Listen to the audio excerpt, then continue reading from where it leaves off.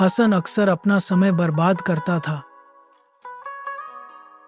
एक रात उसने एक रस्सी का सपना देखा जो समय का प्रतिनिधित्व करती थी। जब वह आलसी था तो रस्सी कमजोर हो गई। हसन ने कड़ी मेहनत करना शुरू कर दिया।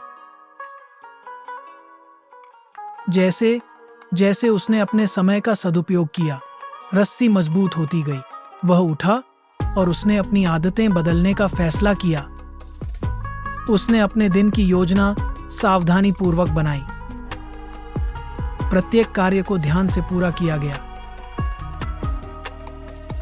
उसके सपने में रस्सी अब तेज चमक रही थी। हसन ने ऊर्जावान और खुश महसूस किया। उसे हर पल का महत्व समझ में आया।